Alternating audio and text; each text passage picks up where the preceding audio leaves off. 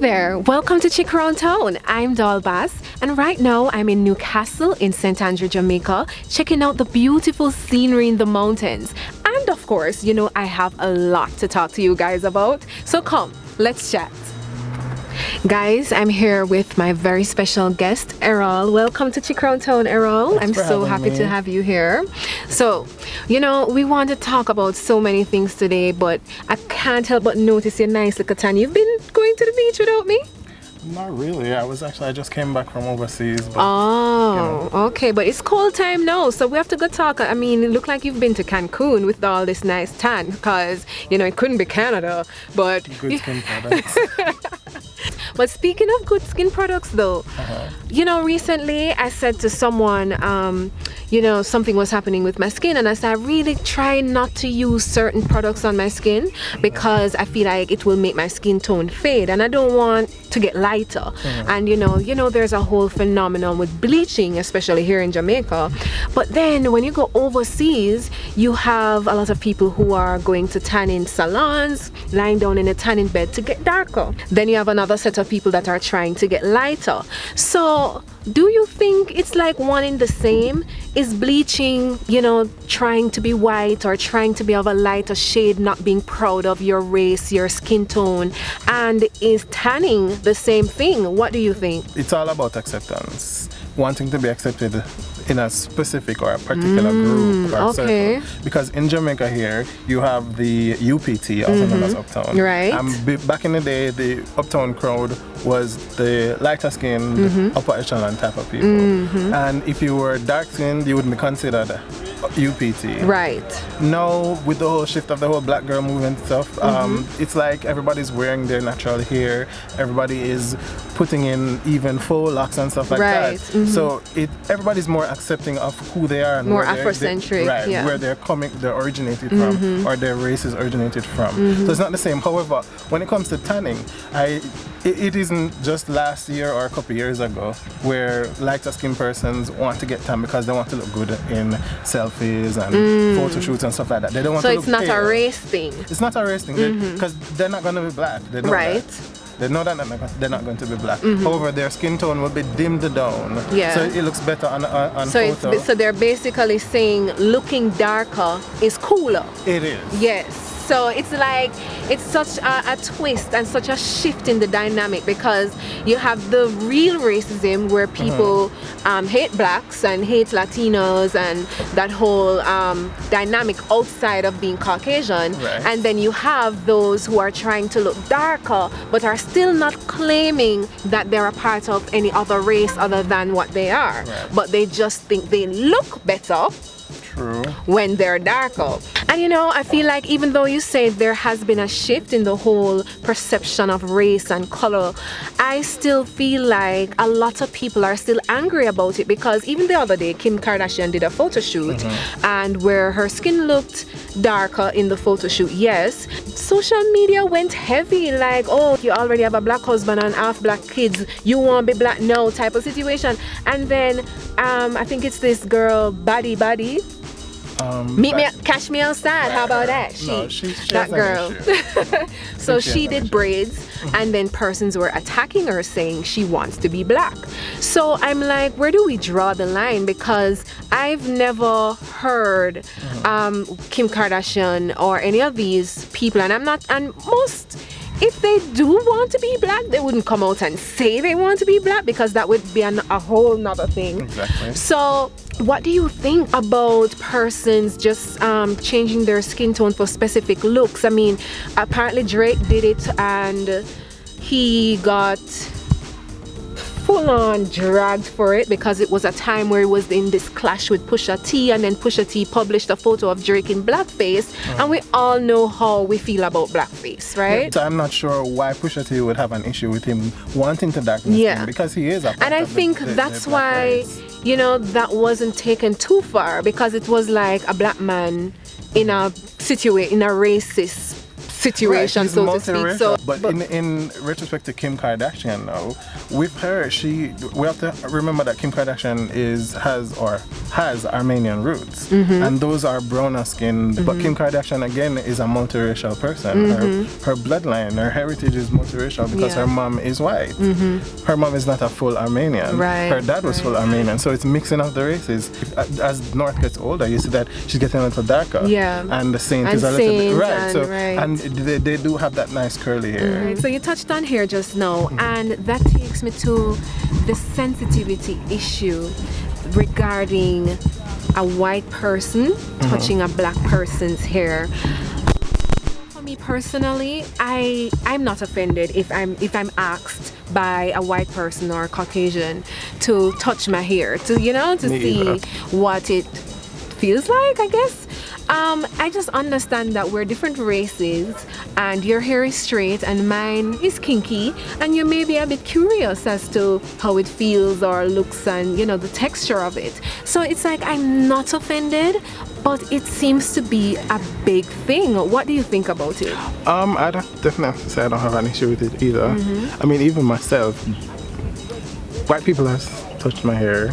Black people have touched my hair because they're saying, oh, you have good hair, and I'm like, what do you coin as good hair? Because it's curly and it's coily. So I'm like, so you say you have Afro kinky, I probably have Indian Afro kinky because it's just different texture.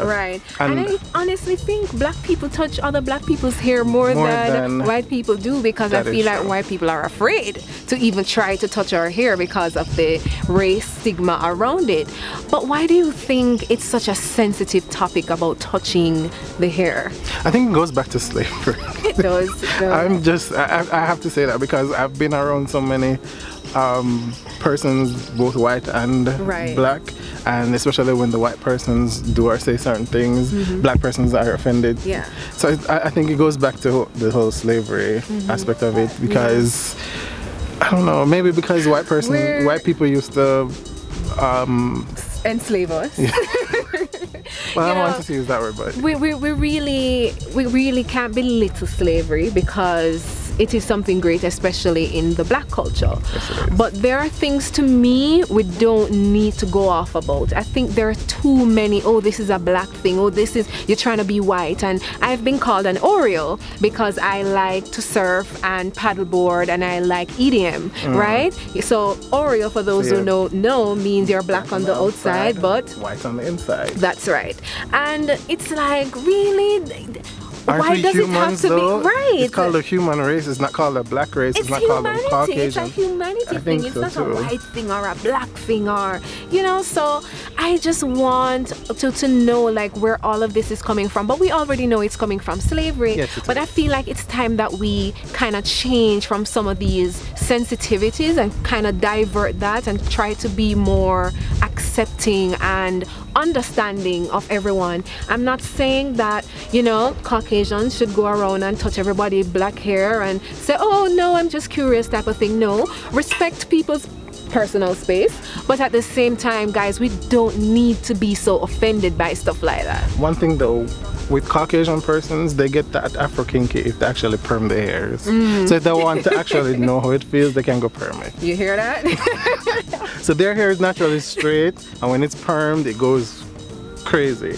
But with the Afro or the African American or anybody with black race and have that nice Afro kinky hair, once it's permed, it lays it straight. So it does the opposite of what it does for Caucasian. So hey, that's some truth for you. But you know what annoys me though, Errol? What's that? We have Black History Month, so there must be a White History Month. Shut up. Don't you have like White History from March back to January? Word. Like, seriously? Were you oppressed? Were you enslaved for God knows how many years? Like, come on, man, that's just a Did y'all go through Amistad? Like, seriously. Did you? My gosh. Did you die on that boat coming from Africa to where? You did not. Nothing happened to you. My ancestors Let us just have our 1 month. It's 1 month. Look at all the people that were killed fighting for our freedom, right? One thing though, I don't think that Black history is being celebrated as it was years ago. No, it's not. It's been watered down for many years now. Because normally you would normally have like shows coming on, representing or pretty much like everywhere Yeah, you go, you'd have some. music and Right. the whole culture. You'll have different festivities around different areas. I realize that's not Even happening like anymore. Roun town and places Right. like that, right? It's not happening anymore. No, and I wonder why. I feel like people are getting too relaxed in. Is it the white man that's doing it? All right, we're not gonna blame him for that. But Right. again, I think people are probably too caught up in their own personal lives to really celebrate our culture and our history Well, that and is how true. far we've come. But I think it's something that we should continue to celebrate and go harder at it too, because even for the younger generation, they need this more than we do. Trust Right, me. because they need to get that understanding Exactly. of where their ancestors are coming Yes, from, yes. how hard we had to fight to get freedom and everything. Exactly. So, guys, I want you to fire up Black History Month, if only for the younger generation. We need to do it for ourselves too, but we also need to do it for the younger generation. And speaking of this Black History, White History controversy, you remember when they said they're gonna have straight pride? That was a thing. Did they actually have it? I think there was still like a march and all the straight people came out. I don't know, correct me if I'm wrong, guys, but there was this whole thing that when gay pride was coming along, they wanted to do straight pride. I mean, Because- they feel left out. It must be, but there are so many straight people that celebrate gay pride, right? Which is So- a surprise to me. right? Because of this whole taboo thing about homosexuality and all of that. But the thing is, guys, you have to understand that the reason for gay pride in the first place is almost, don't kill me, but almost the same reason for Black History, because the LGBTQ community has been suppressed because they are not allowed in many countries, in many areas, to just be themselves, to get married or to even go out openly and be who they are, you know. So a lot of persons who are in that community have to hide under the radar because they don't feel safe going out in society. So when you come and you say straight pride, I don't know how me as a straight person can go out and feel like, oh, somebody may murder me because I'm straight, you know. You're not surprised. So it's like the same thing as this whole Black History, White History type of thing. Wouldn't straight pride be considered like those breakfast parties that you have on a regular basis? Those stage shows and It's stuff like a that? party, right? It's like a little festival, a little music festival type of thing. So maybe they just needed a fun thing where you have all the colors, like the color festival or something. But let's leave the foolishness alone. What colors are they gonna get? Pastel colors? Pastels are in, so maybe I don't know, but that was just a whole bunch of BS to me. And people just fall back and let the people them have them day in a man. Come on, For real. let the LGBTQ plus. Speaking of all those pluses, Jesus. are they necessary? I mean, I guess they want to add all the letters of the alphabet. Oh my god, because I know it's lesbian, gay, LG, bisexual, transgender, LGBTQ, queer. Then there's Isn't queer, lesbian, and gay the same thing? no, I think probably queer. Oh, queer and questioning. Okay. So when you're not sure who you are, and then there's I'm not sure if I'm saying them in order, but there's P, pansexual. Then there's A for asexual. Pansexual, I don't completely understand. I know what it means. It means that you can either be with a male, a female, or a trans person. But in any way you take it, isn't it still male or female? Even though you weren't born male and then you change later on in life and you identify as that particular gender, but still, doesn't it still come under the realm of male and female though? I mean, in essence, yes, but some people don't look at it that way. It's like, because if you're changed into a new gender, then you're that new gender. You're no longer, if you were born a male, you're no longer a male. So just like Amaya Scott, who's known as King Amaya Scott on Instagram, he was born a dude, but he transitioned to female. He knew from a very young age that he wanted to be a female, or he was born a female, or he could recognize as a female. Yeah, but at the end of the day, isn't it still two genders? So I know I may have to go more into the psychology of pansexuality, because there are certain things that just don't make sense to me right now, but in due time. Yeah, I mean, if you get used to more people or be around more people who identify as pansexual. And maybe that's the thing. I've never met anyone who have come out and say, oh, I'm pansexual. I've seen people on the internet saying it, but there is no one. And I know living where I live, I may not ever really meet someone who's gonna come and open up to me and say, hey, I'm pansexual. You hardly even find bisexuals, so. And they're there, they just won't admit it, right? Another thing I want to talk to you about is born and made. Do you think that persons from the LGBTQ community, especially lesbians, gays, bisexuals, do you think they were born or made this way? I probably would have to say about 85 to 90% are born that way, because I can recall seeing kids. Yeah. It's a bad thing to say out loud, but I can like legit but it's reality, remember seeing children, especially boys, and they're very feminine. I'm like, him gone already. So, I mean, it's something bad to say, but it's reality. I don't want you guys to feel like because someone is acting in a what you would call feminine way that they're definitely a homosexual. It cannot be that way. You know, sometimes you have boys that just grow up with a lot of girls female and have a lot of sisters, mothers. They grow up with a lot of yeah, they might have two mothers.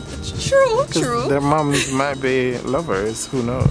Sex Education, that series on Netflix. Right. The jock on the swim team, the head boy. He has two mothers. He has two moms. Right. So it's, and he's straight as an arrow. Right. So I mean, he wasn't born, or he's not going to be, they're not trying to turn him to be gay. Right. And not because you're in an environment or surrounded by people who may be in the LGBTQ community, it doesn't mean that you're automatically one of them. You know, it's not exactly. a birds of a feather type of thing. And it's nature versus nurture. Because exactly. I remember a couple of years ago there was a petition being signed, and I remember what state in the United States, where there was this young man who pretty much finished law school and everything. He was adopted by lesbian parents. And he had to petition to say that he's a straight man, and his mother's never tried to turn him to be gay or say you need to like boys. And it's just a stigma. It's like some people think, oh, that a gay couple shouldn't adopt because they're basically gonna force their homosexuality, so to speak, on the child. And that's guys. Would you want that child to end up in a foster home that not being taken care of? Look at Andy Cohen, talk show host on Bravo. Right. He adopted a son. It's like the best thing that's happened in his life. He's happy. He has moved another 100%. Right? He's super happy with his son. He is. I mean, it's like, I'm happy for him. Me too. And I'm like, look, he has money, obviously, and he's going to be able to raise this little boy into becoming a decent young man in society. Who would otherwise maybe end up in the foster system and going from home to home and getting abused and God forbid, all of those things, they do happen, guys. So let's just leave people to love and to cherish each other and to move past the criticism. Love is love. Make we love more than a man. Sure. Errol, I am so happy you were able to come and have this discussion with me today. Oh, thanks for having me. Listen, anytime. And I want you guys to go ahead and follow Errol on Instagram. What's your handle? It's Iam_Erie83. That's ERIE. Alright, you go check him out, and remember to follow us on Instagram as well at Chic Round Town. And guess what? Don't forget to like, subscribe, and share. And leave your comments below because we talked about a whole lot of things and I can't wait to hear you guys' point of view on this. Alright, we're gonna leave right now because we want to check out the sunset. So guys, see you soon.